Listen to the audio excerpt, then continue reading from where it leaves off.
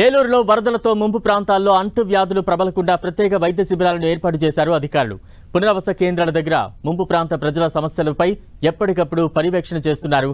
ప్రజలకు ఎటువంటి ఇబ్బందులు కలగకుండా అన్ని రకాల ఏర్పాట్లు చేశారు అధికారులు.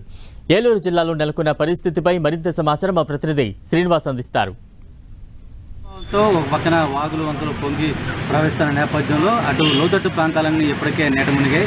అయితే ఈ నేపథ్యంలోనే ఇప్పుడు ప్రస్తుతం విషజ్వరాల ప్రభావం ఎక్కువగా ఉన్న నేపథ్యంలో అధికార యంత్రాంగం కూడా మొత్తం అంతా కూడా వాళ్ళ ఎవరైతే ముంపు ప్రాంత ప్రజలు ఉన్నారో వారందరికీ కూడా ఎటువంటి అనారోగ్య సమస్యలు తలెత్తుకోకుండా వైద్య శిబిరాలను ఎక్కడికక్కడ ప్రత్యేకంగా ఏర్పాటు చేయడం జరిగింది.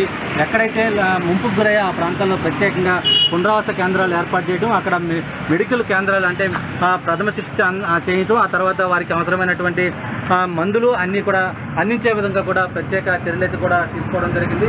మొత్తం దెందులూరు నియోజకవర్గంలో ఎక్కువగా ఈ ప్రభావం కనబడుతుంది. అలాగే ఏలూరు జిల్లా వ్యాప్తంగా కూడా నీట మునిగిన ప్రాంతాల వద్ద ప్రత్యేకంగా అధికార యంత్రాంగం అయితే కూడా ప్రత్యేక జాగ్రత్తలు కూడా తీసుకోవడం. ప్రస్తుతం మనతో ఏలూరు ఆర్డీఓ ఉన్నారు సార్. అంటే ఏ విధంగా ఎటువంటి జాగ్రత్తలు తీసుకోవడం జరిగింది? అంటే ఈ ద్వారా ప్రభావం అయితే ఎక్కువగా ఉంది, ప్రజల ఆరోగ్యం ఏ విధంగా కాదు?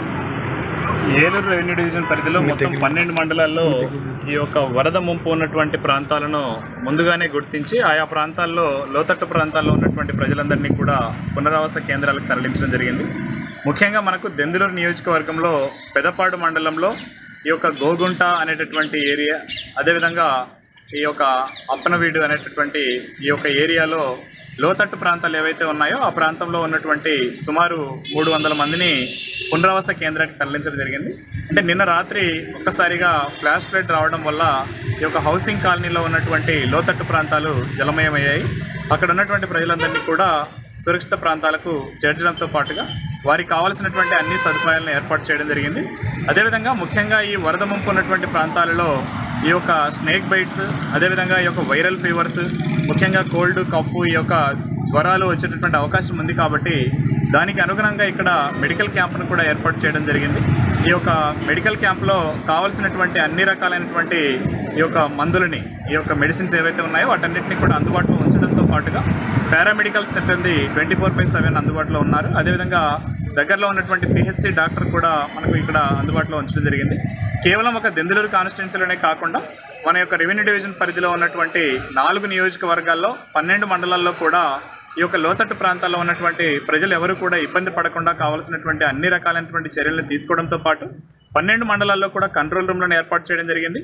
అదేవిధంగా తహసీల్దార్స్, విఆర్ఓస్, పంచాయతీ సెక్రటరీస్తో పాటుగా లైన్ డిపార్ట్మెంట్స్, అటు మెడికల్, పంచాయతీరాజ్, రెవెన్యూ, పోలీసు, ఇంకా లైన్ డిపార్ట్మెంట్స్ ఏవైతే ఆర్డబ్ల్యూఎస్, వీరందరూ కూడా ఇరిగేషన్, వీరందరూ కూడా ఒకరినొకరు కోఆర్డినేట్ చేసుకొని ఎక్కడ ఎటువంటి అవాంఛనీయ సంఘటనలు జరగకుండా కావాల్సినటువంటి అన్ని రకాలైనటువంటి ఏర్పాట్లు చేసుకోవడం జరిగింది. ప్రస్తుతం తమ్మిలేరు కూడా వరద పెరుగుతుంది, లోతట్టు ప్రాంతాల పరిస్థితి తమ్మిలేరు పరిస్థితి, అలాగే ఇప్పటికే రైతాంగం సంబంధించి పంటలు కూడా నష్టపోయినట్టు చెప్తున్నారు, ముందుపోయినట్టు చెప్తున్నారు.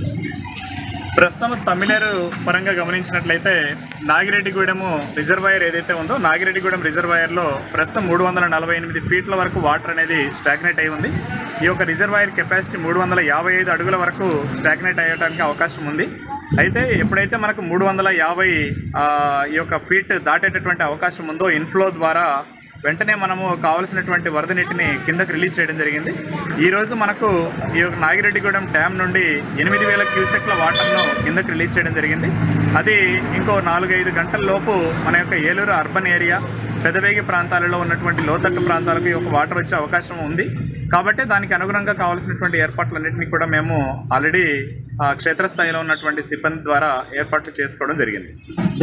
లోతట్టు ప్రాంతం